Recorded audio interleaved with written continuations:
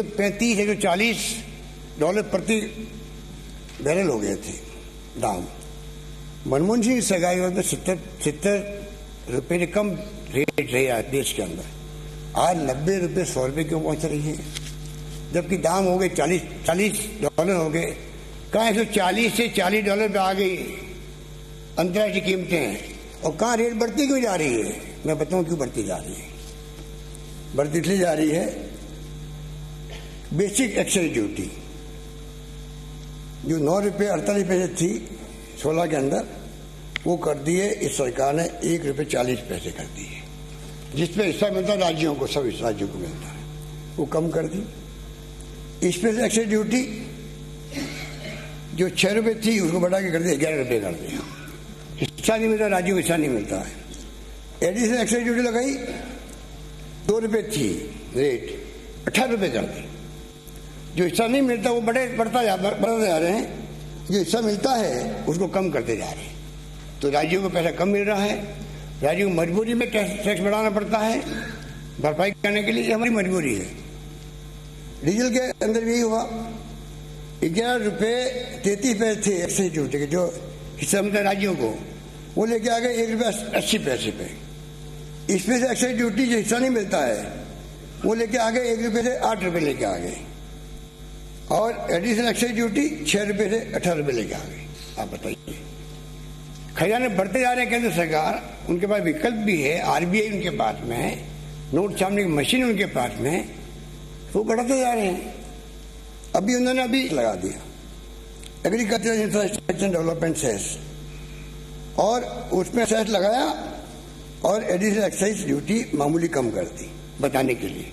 तो मैं कहना चाहूँगा आपको, हमें गहराई से जाना पड़ेगा, हकीकत क्या है, क्यों लगाया जा रहा। हमने सब असेसमेंट कर लिए कि जिस प्रकार से आपके पैसा लगा है,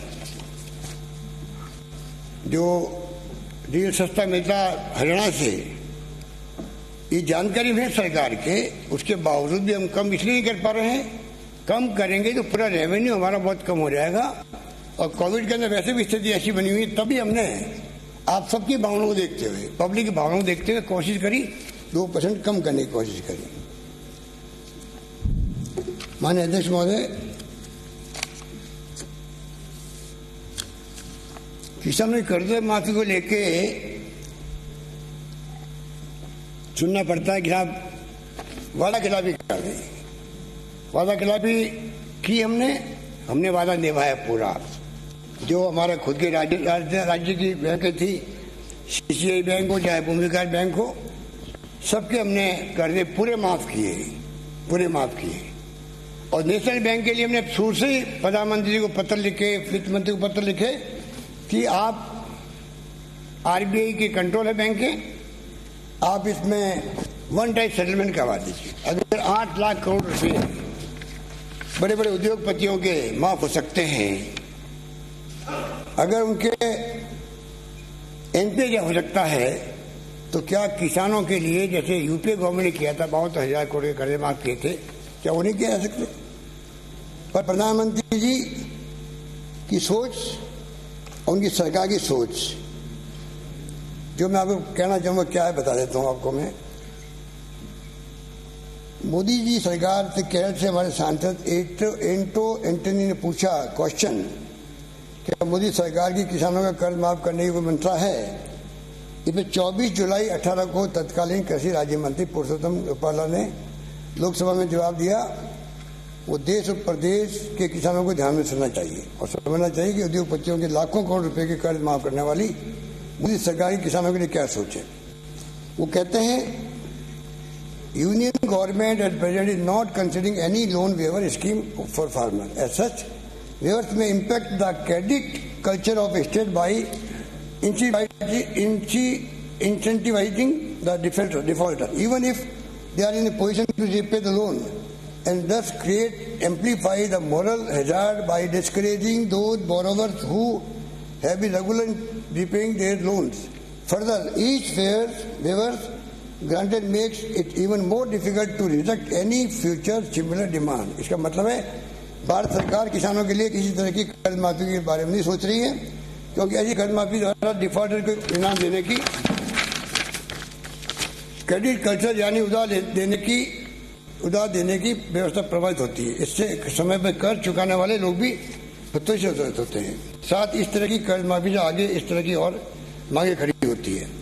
सरकार ने कहा कि अगर ऐसे कर्ज माफी की जाती है, किसान जानबूझकर लोन नहीं चुकाएंगे। शुरू से माननीय अध्यक्ष महोदय उनकी सोच रही है, किसानों पे आरोप लगा रहे हैं कि वो जानबूझ चुकाएंगे नहीं, हैबिट गलत पड़ जाएगी लोगों की। तो क्या मनमोहन सिंह जी सरकार ने बिना सोचे समझे माफ कर दिया था क्या? जबकि पंडित जवाहरलाल नेहरू ने कहा सब चीजें इंदिरा कर सकती है, कृषि इंदिरा नहीं कर सकती। तो आप सोच सकते हैं कि, और आप तो धर्म की राजनीति करते हैं, ऋग्वेद में भी लिखा है क्षेत्रस्य पतिना वयम हिते देव जयमसी, जिसका बड़े मायने में अर्थ होता है किसान के हित से ही हम सबका कल्याण होता है। बताइए, अब उनको गद्दार कहना, देशद्रोही कहना, खालिस्तानी कहना, क्या हो रहा है? 80 दिन हो गए ठंड के अंदर पड़े हुए बेचारे, बाल बच्चों सहित बुजुर्गों सहित, उस पर कोई चर्चा नहीं, कोई बात नहीं। 3 कानून हमने पास किया, पर राज्यपाल महोदय के यहाँ पड़े हुए हैं। इतना दबाव है सरकार का, बताइए आप, जुडिशरी पे और सब बता दिया मैंने आपको। पर राष्ट्रपति महोदय से मैंने वक्त मांगा 4 मुख्यमंत्री को मिलने का, कांग्रेस के मुख्यमंत्री। अच्छे व्यक्ति है वो, अच्छे, बहुत ही अच्छे इंसान है, व्यक्ति से वो दबाव इतना वो टाइम नहीं दे पाए। राज्यपाल महोदय को हमने 3 कानून भेजे बना, 4 कानून। 5 एकड़ की बात चली, 5 एकड़ भूमि की अभी तक कुर्की हो रही है। आप मैंने कई सदस्य ने पूछा सवाल, इसलिए हो रही है। वो कानून भी राज्यपाल महोदय के यहाँ राजभवन में पड़ा हुआ है, भेज नहीं पा रहे, वो इतने दबाव के अंदर है। आप सोचिए क्या हो रहा है। आप भेज दीजिए, राष्ट्रपति महोदय साइन नहीं करेंगे, बात खत्म होगी। पर राज्यपाल महोदय पे दबाव को वो आप भेज नहीं पाए, ये तो अच्छी बात नहीं है। हमने कोशिश की किस प्रकार से ये कानून आगे बढ़े, किसानों का भला हो। माननीय अध्यक्ष महोदय, पावर को लेके बहुत सवाल उठते हैं। मैं कहना चाहूँगा कि आप भी सरकार में रहे हैं और आपने देखा है किस प्रकार से पावर को लेके हमेशा इश्यू बनता है। उदय योजना भी आ गई, कर्जे सरकार ने ओढ़ लिए, परंतु एक गलती कर दी, ब्याज उनके ऊपर छोड़ दिया कंपनियों पर। आज बढ़ते बढ़ते, अभी आप आंकड़े बता रहे थे, बिल्कुल सही आंकड़े थे, 80,000 करोड़ के कर्जे वापस हो गए उनके ऊपर, क्योंकि ब्याज बढ़ते बढ़ते स्थिति बन गई। तो आप सोच सकते हैं। और जहाँ तक हम कंपेयर करें तो लंबा चार्ट मैं समझ नहीं लेना चाहूँगा आपको मैं भिजवा दूंगा चार्ट को, कि महाराष्ट्र के अंदर और मध्य प्रदेश के अंदर, पंजाब में, यूपी में किस प्रकार का टेबल है। जो राजस्थान कंपेयर करें, इन तमाम राज्यों में हमसे ज़्यादा रेट है। ये स्थिति है। पंजाब में तो नहीं है, कृषि को लेकर वहाँ तो 0 है। बाकी जो रेट्स हैं अलग अलग तरह की, मैं आपको चार्ट अलग से भिजवा दूंगा। तो माननीय अध्यक्ष महोदय, मैं कहना चाहूँगा कि जिस प्रकार से नेता प्रतिपक्ष ने जो मामले उठाए हैं, मैं इतना ही कह सकता हूँ कि सरकार हर क्षेत्र के अंदर जो कहा गया वो करके दिखाया हम लोगों ने। और आप निश्चिंत रहें कि जो आवास योजना की बात आपने कही, प्रधानमंत्री आवास योजना की आंकड़े बता दें, इतने करोड़ आपको मिले हैं। तो आपने नहीं बताया 60-40 का रेशियो होता है। पूरा पैसा केंद्र सरकार नहीं देती कोई योजना के अंदर। और उसी रूप में आज हम देखते हैं कि राजस्थान सरकार अपनी स्थिति मजबूत करते हुए चाहती है कि जो इसकी मनी भारत सरकार उनको हम लागू करें, इसीलिए बन पाए मकान की हमने प्रायोरिटी दी है, इसलिए 60-40 रेशियो से पहले खर्च होता है। आपने कहा कि सारा केंद्र सरकार खर्चा करती है। मैं कहना चाहूँगा कि जब कोरोना चल भी रहा था तो पीडीए से अप्रैल से जून, अगस्त से नवंबर 20 में जो नेशनल फूड सिक्योरिटी एक्ट का चयनित परिवार है, वो निःशुल्क गेहूँ वितरण किया गया। उसमें क्योंकि उनके नॉर्म्स से ज़्यादा मना कर दिया तो हमने 243 करोड़ खर्च किए अतिरिक्त लोगों को गेहूँ पहुँचाने के लिए पहले पहुंचा में कहना चाहता हूँ। जयपुर में माननीय सदस्य बैठे हुए हैं, यहाँ से 22% थे एनएफएसए के अंदर। हमने उनके बाद में भी पूरे जयपुर को हमारे खुद के व्यवस्था करके हम लोगों ने इस प्रकार से हमने व्यवस्था की जिससे कि कोई आदमी भूखा नहीं सोए। इसमें तकलीफ की बात की है, अगर मैंने कह दिया तो कोई मैंने गुनाह तो नहीं किया, और कह ही नहीं दिया। आप सबके सहयोग से हमने करके दिखाया, उसको पब्लिक ने साथ दिया, पड़ोसी ने साथ दिया, एनजीओ ने साथ दिया, एक्टिविस्ट ने साथ दिया, धर्म गुरुओं ने किया अपने अपने तरीके से। इसमें बुरा क्या, अगर हमने एक आह्वान किया पब्लिक को, राजस्थान सतर्क है, कोई भूखा नहीं सोए, क्या बुरा कर दिया? पर आपकी तो फितरत के अंदर है। पहली बार 4 अकाल पड़ गए थे 98 से 2003 के बीच में, तो आपके नेता कहने लगे कि लोग भूखे मरेंगे, वसुंधरा जी ने कहा। मैंने कहा वसुंधरा जी, भूखे मरने की बात छोड़ो, मेरे रहते हुए एक आदमी भूखा नहीं सोने दूंगा, उस वक्त मैंने कहा, और मैं करके दिखाया, उसको करके दिखाया। तो आपको समझ आना चाहिए था कि जो इस बार हम कह रहे हैं कि कोई भूखा नहीं सोएगा, तो पूरा अनुभव मेरे काम आएगा, ये आपको विश्वास होना चाहिए था। तो लगता आपको विश्वास नहीं था कि भूखा नहीं सोएगा, और भूखे वास्तव में भूखा कोई नहीं सोया, ये मैं कह सकता हूँ। हमने 37% सैनिक के परिवारों को सर्वे करा करके 10 किलो गेहूं, 2 किलो चना अलग से दिया हम लोगों ने, और एनएफएसए के में परिवारों की शीलिंग है उसके अंदर। आपको मालूम होगा, नेशनल फूड सिक्योरिटी एक्ट में शीलिंग बना रखी है भारत सरकार ने, शहरों की, गाँवों की। और सेंसस कौन सा है? 2011 का सेंसस है। अरे भाई, अब तो 21 हो गए, 10 साल हो गए इसको। हमने कहा आप लेटेस्ट सर्वे के आधार पर स्कीम लागू करो, ये मैंने प्रधानमंत्री से रिक्वेस्ट भी करी है। पर हमने 80 करोड़ रुपये खर्च करके उनका ध्यान में रखा कि शीलिंग में जो नहीं आते थे 34 लाख चयनित परिवारों को हमने इस प्रकार से गेहूं खरीद करके उनको निःशुल्क बांटा उस वक्त में। और तो और हमने 33 लाख लोगों को, जो गरीब लोग थे, उनका पूरा सर्वे करवाया गया, और डेस्टिट्यूट भी थे उसके अंदर, रेहड़ी वाले थे, पटरी वाले थे। 33 लाख लोगों को हमने 1,1500 रुपये, 3,500 रुपये दिए, करीब 1,155 रुपये, 1,155 करोड़ रुपये हमने बांटे उस वक्त में। तो इसमें मैंने कोई गलती की क्या? भूखा नहीं सोए। तो विपक्ष के सवालों का जवाब यहां पर मुख्यमंत्री अशोक गहलोत यहां पर देते हुए किस तरीके से कोरोना काल में मुश्किल परिस्थितियों में सरकार डटकर खड़ी रही और पूरी दुनिया में सरकार के इन कामों की तारीफ हुई है। छोटा सा ब्रेक यहां पर ले रहे हैं, फौरन लौटते हैं।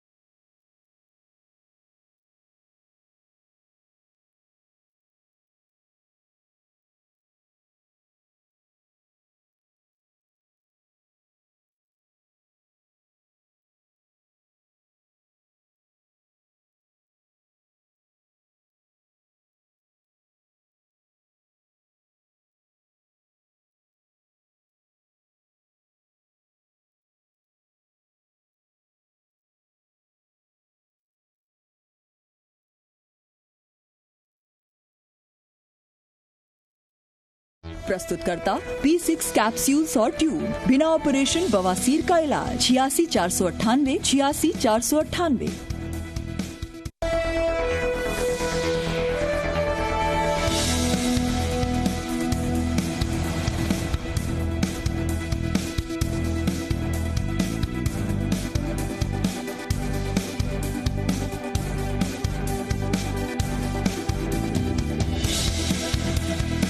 प्रस्तुतकर्ता P6 कैप्सूल्स और ट्यूब, बिना ऑपरेशन बवासीर का इलाज। 86 498 86 498।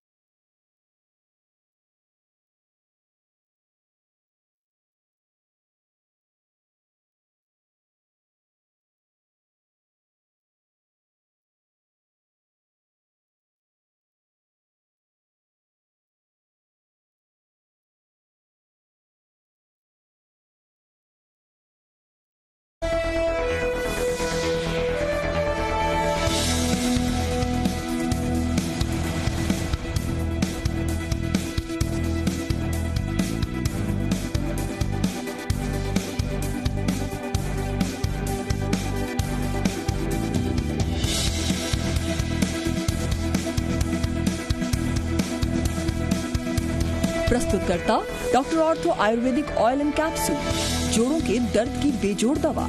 प्रायोजक पुरुषों में इम्यूनिटी बढ़ाने के लिए राज्य वैद्य रसायन बटी। बवासीर के लिए वैद्य ऋषि का अर्शकल्प। फोन 011 25 53 25 53। फूलों के पराग और प्रकृति के सैकड़ों पोषक तत्वों से भरपूर पतंजलि हनी और कावेरी मेहंदी कोन, हाथों पे उतरे प्यार के गहरे रंग।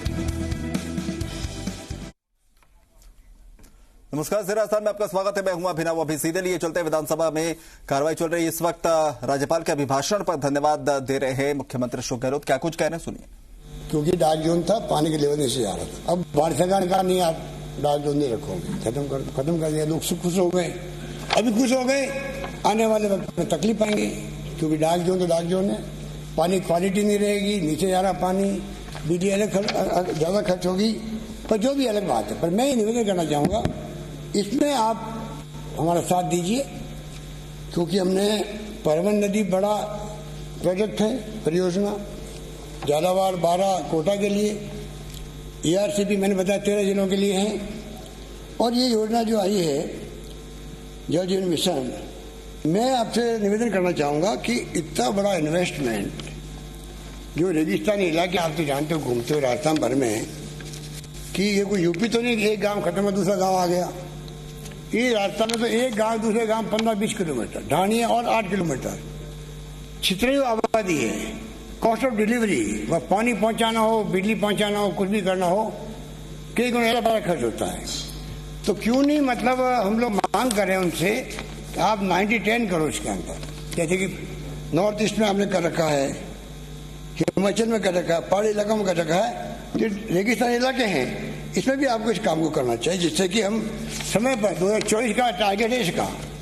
और कितना आनंद आएगा अगर घर घर में पानी पहुंच जाता है, तो इसका कोई मुकाबला ही नहीं है। सदियों तक लोग तड़पते रहे हैं, खारा पानी पीते रहे हैं। तो मैं निवेदन करूंगा, इसमें भी आप जरा गौर फरमाएं, मेरा साथ दें आप लोग। माननीय अध्यक्ष महोदय, अपराध नियंत्रण के बारे में कुछ कहना चाहूंगा।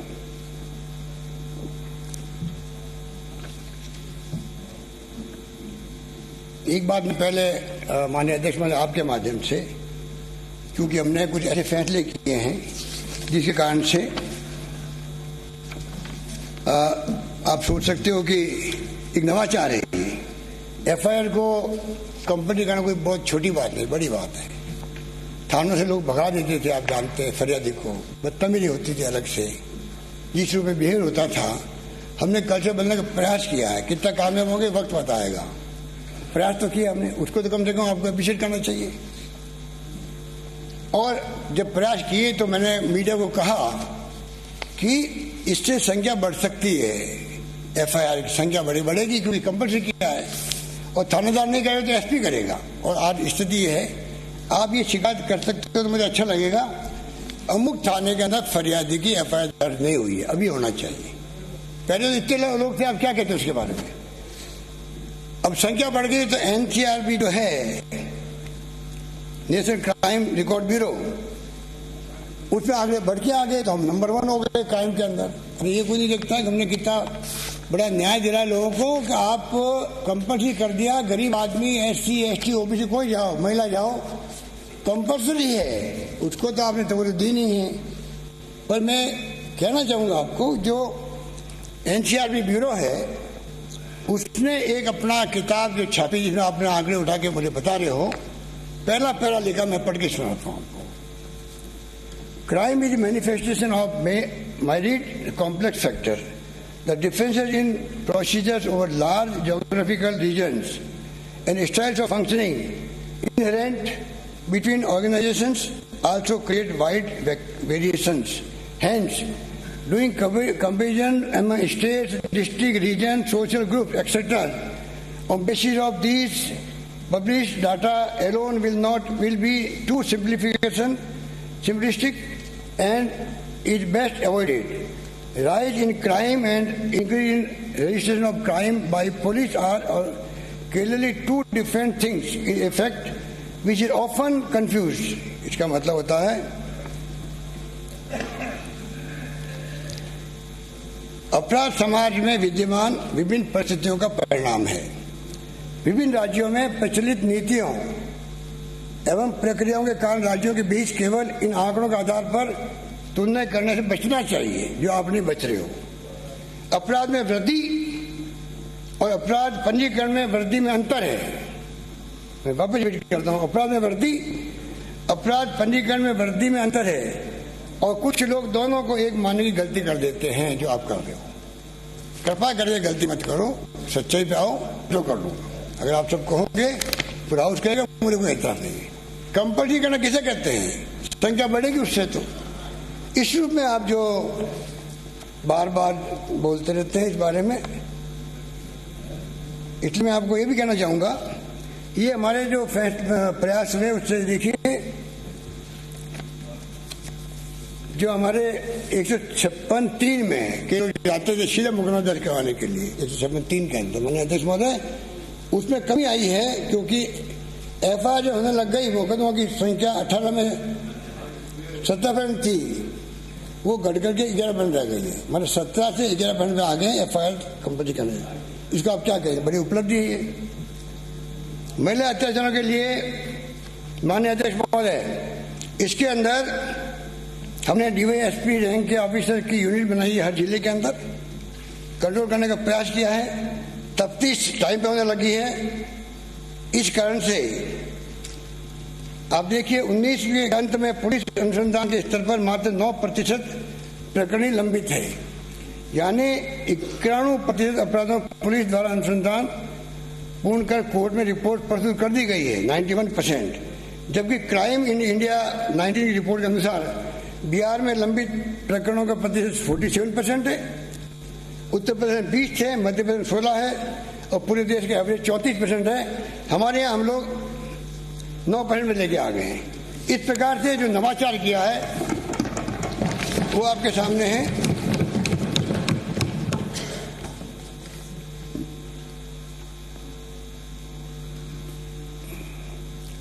ये जो हमने जो क्राइम, हीनियस क्राइम में बलात्कार जैसे जघन्य अपराधों के लिए आप देखिएगा specially investigation unit for crime against women, जो मैंने अभी बताया आपको, उसके बनने के बाद में बलात्कार जैसे जघन्य अपराधों में औसत अनुसंधान के समय घट करके पहले 274 दिन था, 274 दिन, वो घट गए 126 दिन रह गए। तो आप क्या कहोगे?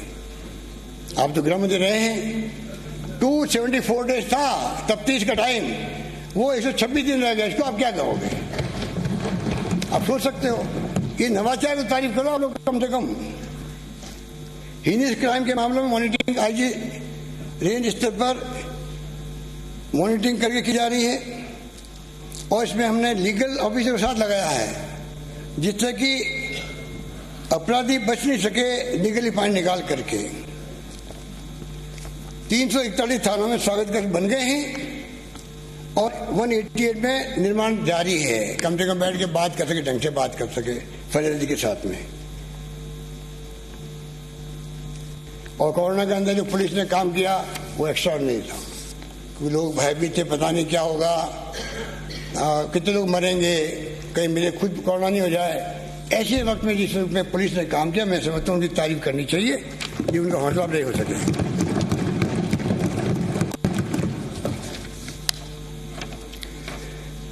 माननीय महोदय कहने तो बहुत सारी बातें, मैं बहुत समय ले लिया और मैं माननीय नेता प्रतिपक्ष को कहना चाहूँगा, आपने आधा भाषण जो दिया वो तो आप अगर मुझे पत्र लिखते तो काम चल जाता आपका, पर आपने कोई पत्र मुझे लिखते नहीं हो।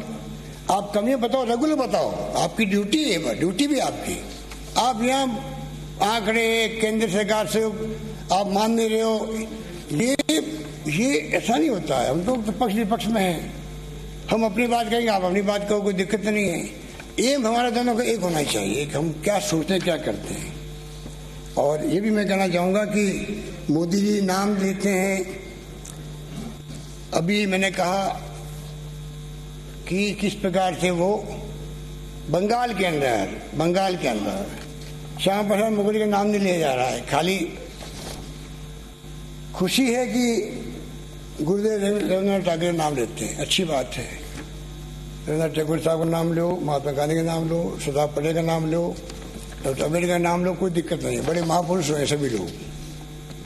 परंतु ये विचार जो इनके हैं, अगर कोई जीवनी पढ़े इन लोगों की, चाहे सुभाष चंद्र बोस की पढ़ लो, टैगोर की पढ़ लो, जिसने कहा था कि मानवता सबसे ऊपर है, राष्ट्र से ऊपरी मानवता है, टैगोर ने कहा था। सुभाष चंद्र बोस हिंदू महासभा के खिलाफ थे उस जमाने के अंदर, जंग के अंदर। सरदार पटेल ने तो आरएसएस पे बैन लगाया था गांधी जी की हत्या पर। और महात्मा गांधी कभी आपने नाम लिया नहीं।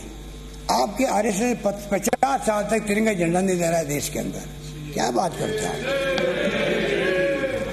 अब लड़ने लगे हो, सत्ता इतनी प्यारी हो गई आप लोगों को कि आप सब कुछ भूल करके कोई विचारधारा नहीं, ना नीति है, ना कार्यक्रम, बस हिंदुत्व की बात करो, सत्ता में कैसे आओ। इसलिए आपने इन नाम लेते प्रधानमंत्री जी, आप मैं दावे के साथ कह सकता हूं आपको, इन तमाम महापुरुषों के विचार बिल्कुल उल्टे मोदी जी के विचारों से, तभी नाम लेते हो आप लोग। कैसे काम चलेगा देश में? अरे अड़े रहो अपने बात पर। आरएसएस विचार राहुल गांधी ने कहा था गुजरात के अंदर, किसी ने कहा बीजेपी खत्म कर दो, कि no no no no, BJP RSS रहेगी, रहनी चाहिए, उनकी अपनी विचारधारा है, हमारी अपनी विचारधारा है। ये भावना होनी चाहिए आप लोगों में। आप तो सरकारें गिराओ, इनकम टैक्स छापे पड़वाओ, ईडी को घरों में भेजो, ये धंधा कब तक करते रहोगे आप लोग? बच्चों, इससे बच्चों, समझो अपने नेताओं को दिल्ली के अंदर कि पब्लिक क्या सोचती है, वरना पब्लिक आने वाले वक्त में आपको माफ नहीं करेगी। आपको जिस प्रकार फर्श से अर्थ पे लेगी ना, अर्थ फर्श पे बहुत टिकवा देगी। धन्यवाद, जय हिंद, धन्यवाद।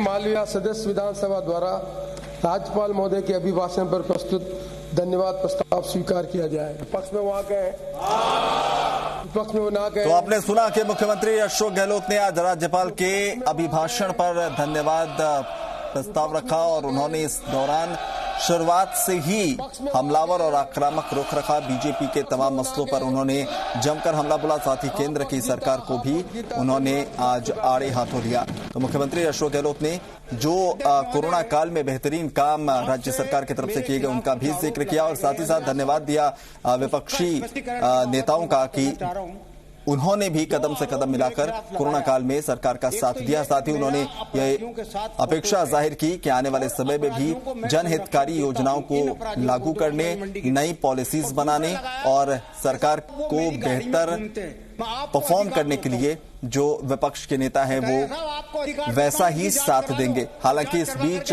कुछ टीका टिप्पणी देखने को भी मिली, लेकिन अशोक गहलोत आज पूरे फॉर्म में नजर आ रहे थे और उन्होंने बहुत ही साफ गोई से आज अपनी बातों पर।